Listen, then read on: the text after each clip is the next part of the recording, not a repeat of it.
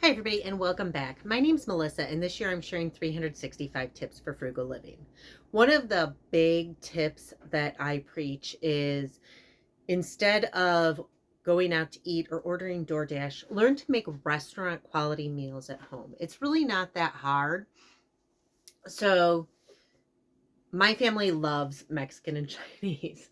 And in fact, you'll probably see me make a lot of those type dishes, along with some American dishes that are Italian, maybe.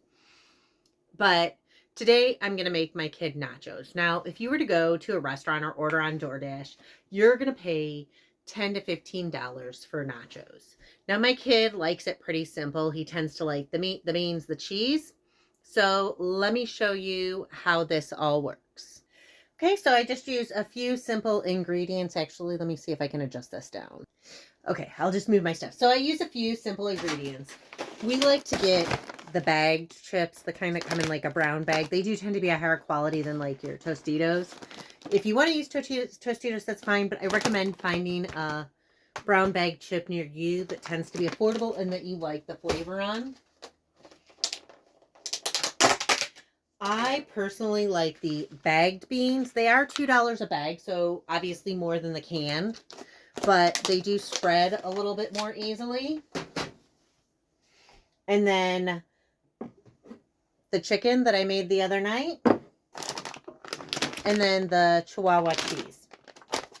So one thing you can do to, so if you ever go to a restaurant and look, like the beans kind of pour like that.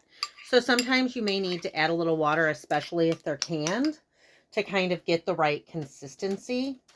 And then you're just going to kind of want to spread or drip those all over. If you know how to make your own refried beans, this will be a lot cheaper.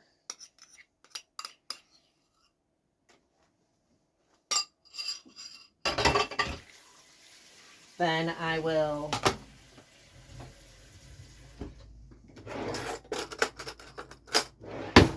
add some chicken. The chicken's cold, so it's kind of thickened, but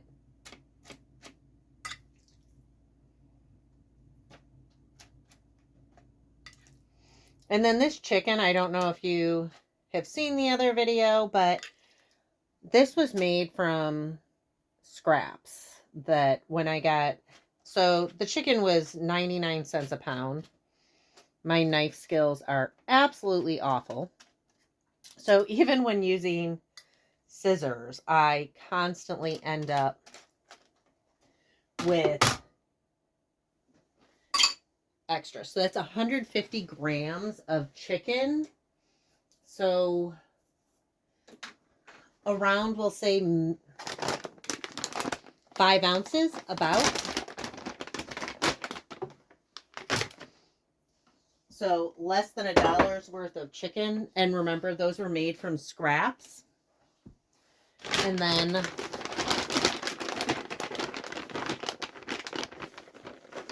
if you get a nice cheese like Chihuahua, it is a lot better. You can also add, I mean, at this point, you can add onions, peppers, whatever veg you normally like. You're going to kind of want to spread it out thin to start. You're going to obviously want more, but you kind of want it to be able to get an evenness to it.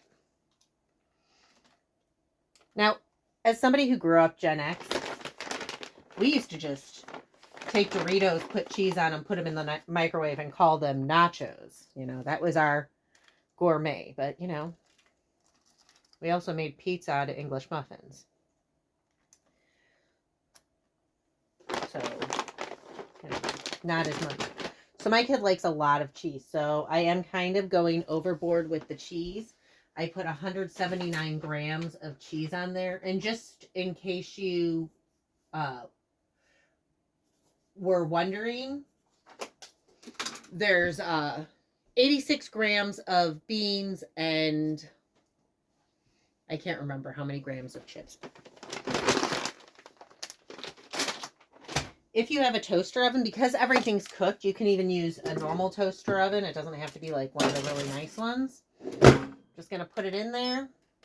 You can choose whether you want to do it broil or bake. I'm using bake at 425 for 11 minutes, and I'll keep an eye on that.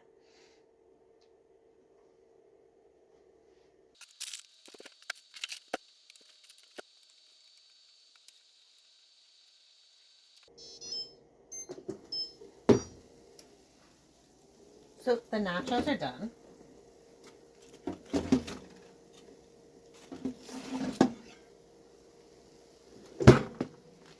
And you can see they came out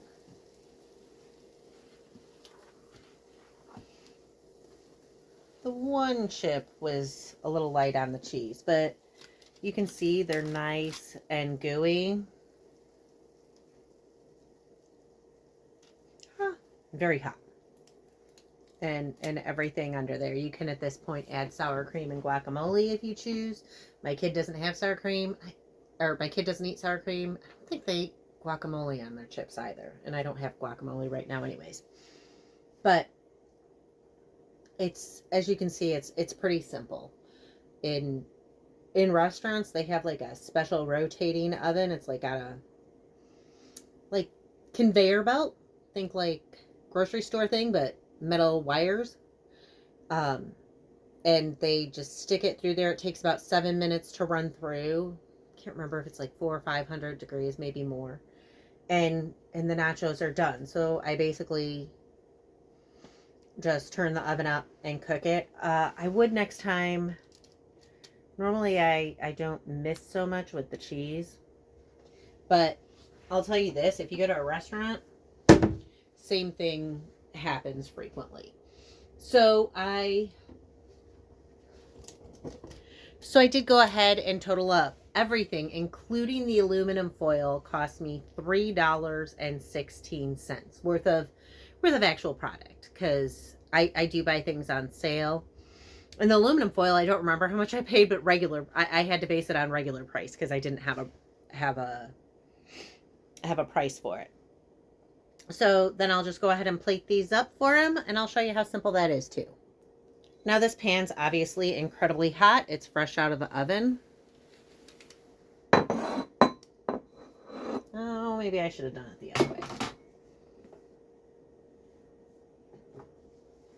Let's see if I can maybe turn this. It's kind of tough having a tiny house in situations like this, because it would be really nice to have a big kitchen in which to film in. So I'm going to pause this and adjust the camera. Okay, so obviously you're going to want to eat it hot. One of the convenient things about the aluminum foil is that aluminum cools fairly quickly, so you can just pick it up, set it in. Now my kid's got nachos. He can eat immediately, fresh, hot out of the oven. So if you're regularly going to restaurants, getting DoorDash, Uber Eats, any of that, ordering to go, you're spending a lot of money. Nachos typically run $10 to $15 before tax and tip and delivery fees and everything else. I made that for $3.16. And nachos are actually a relatively affordably priced menu item compared to the actual cost that you're buying at home. Most of my meals that I am making at home would be $20 or more in a restaurant, and I'm paying $2 or less at home.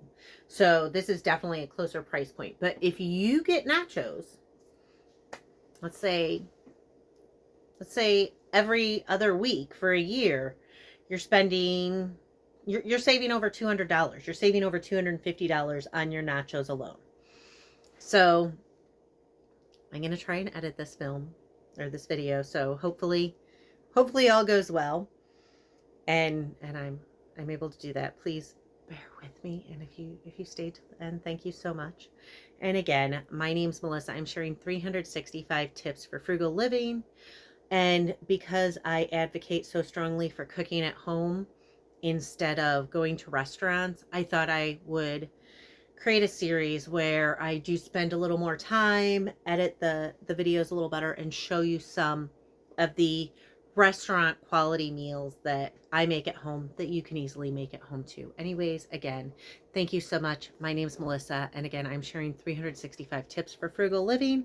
So if you want to hear tips for frugal living, if you want to see more recipes, please hit like and subscribe, and I'll see y'all tomorrow.